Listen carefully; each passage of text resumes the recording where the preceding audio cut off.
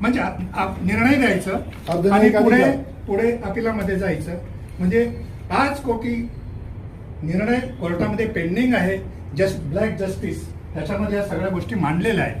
आम्ही विनंती करतो, शासनाचे अधिकार आपल्याला दिलेले आहेत, सर्वसामान्य लोकांच्या समस्या सोडवण्याच्यासाठीचे अधिकार आपल्याला दिलेले आहेत. आम्ही आपल्याला विनंती करतोय की त्या अधिकाराचे वापर आमच्या समस्या सोडवण्यासाठी आपण कराव्यात. कुठल्याही अशा माणसाला आत्महत्या करण्याच्यासाठी मी तर आग्रह करेन, कुठल्याही शेतकऱ्याने राऊतजी ही गोष्ट 2 मिनिटं ऐकून घ्या. आमच्या शेतकऱ्यांनी आपल्या हिताच्यासाठी आत्महत्या करण्याचा सारखा मार्ग कोणत्याही परिस्थितीमध्ये आम्ही समर्थन करणार नाही, ती करू पण नाही.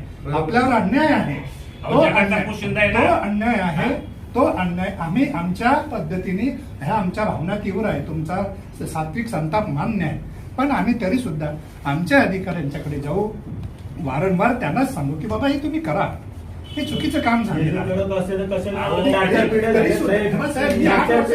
10 वर्षापासून मी पण म्हटलं 4 पिढ्या मला मान्य आहे दुरुस्ती करायला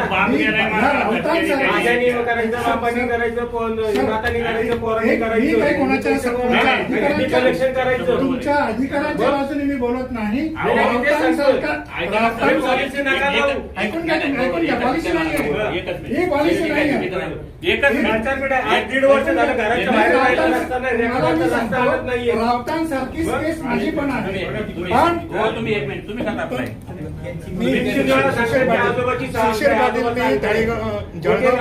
पाठवलं जात आहे. माझं म्हणणं असं आहे साहेब, हे बघा वैयक्तिक आम्हाला आमचा शेतकरी कोणाच्या तरी चुकीच्यामुळे आत्महत्या करायचं नाही. आम्हाला आमच्या शेतकऱ्याची कोणाच्याही चुकीच्यामुळे त्याची आत्महत्या नाही झाली पाहिजे.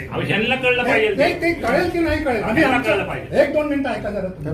माझं म्हणणं असं आहे, मी कोणाच्या विरोधात बोलत नाही, कोणाच्या समर्थन करत नाही.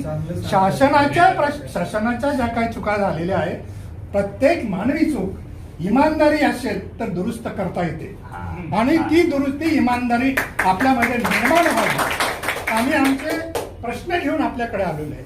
आम्ही आपले अधिकारी, आम्ही शासनाचे वरिष्ठ अधिकारी आहेत, आम्ही आपल्याकडे आशेने पाहतोय. आमच्यावर तुम्ही सत्तेचे जे ते लिहिता ते राखा.